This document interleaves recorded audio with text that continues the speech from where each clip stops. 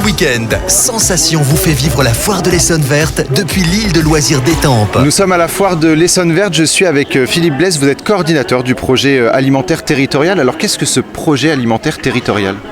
C'est un projet qui est porté et financé par les 3 communautés de communes du sud de l'Essonne, les Tempois, les Dourdanais et Junet-Renarde, et des financements également aussi de la part de l'État.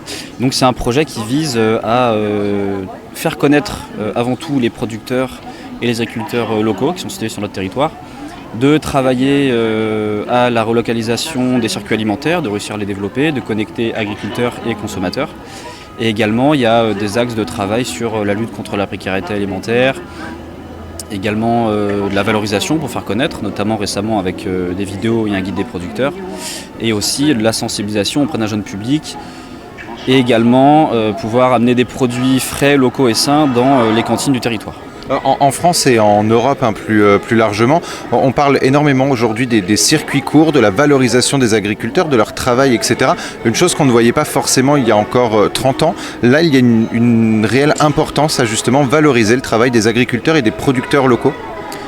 Mais oui, en fait, c'est une manière de retrouver du sens à la façon qu'on a de consommer et de se nourrir, puisque on s'est rendu compte avec notamment le conflit russo-ukrainien que en fait, on était peut-être un petit peu moins souverain que ce qu'on pouvait imaginer en termes de production alimentaire. Et des projets comme celui-ci aujourd'hui permettent déjà de faire prendre conscience aux citoyens que beaucoup de produits, de denrées alimentaires sont produits à côté de chez eux et que c'est pas si compliqué que ça en fait de pouvoir trouver des bons produits à côté de chez nous. Donc là, il y a également des portraits d'agriculteurs qui ont été faits. Vous avez aussi coordonné un petit peu tout ça. Pourquoi ? Comment est-ce qu'ils ont été choisis justement ces agriculteurs ? Alors l'idéal serait de pouvoir faire la promotion de tous les agriculteurs du territoire à travers ces films. Ils sont entre 4 et 500 sur le territoire des 3 communautés de communes du sud de l'Essonne. Donc pour des questions de budget, pour des questions de temps, évidemment, c'était pas possible. Une certaine sélection était faite dans le sens où il fallait que ce soit le plus représentatif possible par communauté de communes. Puisqu'il fallait également qu'il y ait un certain nombre de portraits par communauté de communes et aussi une diversité au sein du nombre de portraits. Donc c'était pas forcément évident. Malheureusement, certaines personnes, certains producteurs ne sont pas dedans. Mais en tout cas, ce qu'on peut retenir des 28 portraits qui sont diffusés à partir d'aujourd'hui, c'est qu'ils représentent plutôt bien la diversité agricole qu'on peut avoir sur le territoire, des producteurs de cresson, des céréaliers, des brasseurs, des maraîchers, des éleveurs. C'est vraiment très diversifié dans ce qu'on peut retrouver en termes de production agricole et alimentaire sur notre territoire. Et qu'est-ce qu'on apprend justement dans ces portraits ?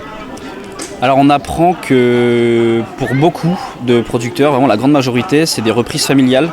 Il y a vraiment un lien familial à la reprise de l'activité agricole.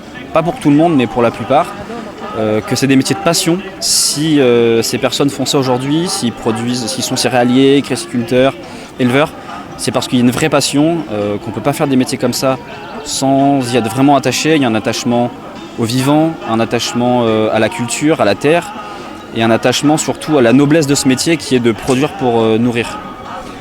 On a évoqué un petit peu la jeunesse, justement. La jeunesse doit être sensibilisée, notamment au circuit court, au manger mieux grâce au PAT. Oui, parce qu'on parle de développement durable et d'avenir, de transition écologique. C'est les jeunes d'aujourd'hui qui seront les consommateurs entre guillemets de demain, et pour qu'ils puissent faire ça avec le plus de sens possible, il faut qu'ils puissent dès aujourd'hui en avoir conscience. Donc c'est un axe qui n'a pas encore été travaillé actuellement, mais qui est, on va dire, dans les papiers, pour pouvoir justement faire prendre conscience à la jeunesse d'aujourd'hui que y a des denrées alimentaires qui sont produites sur leur territoire et que ça a du sens, c'est parfois la plupart du temps moins cher, et c'est plus sain de pouvoir se nourrir en consommant à côté de chez soi. Et pour finir rapidement, donc vous accompagnez également l'association des cressiculteurs de l'Essonne. Quels sont les objectifs très rapidement de cette association ?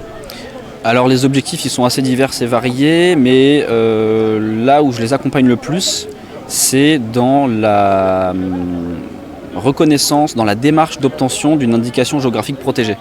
L'IGP, c'est un label qui est assez connu, comme les AOP, le label rouge, qui permet de faire reconnaître un savoir-faire et la qualité d'un produit, en l'occurrence le cresson de Méréville, et qui est notamment attaché au territoire.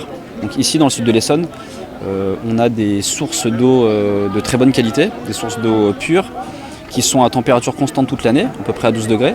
Et dans les bassins alimentés par ces eaux de source, les cressiculteurs aujourd'hui, et depuis 1854, la première cressonnière en Essonne, ont produit du cresson de fontaine en Essonne.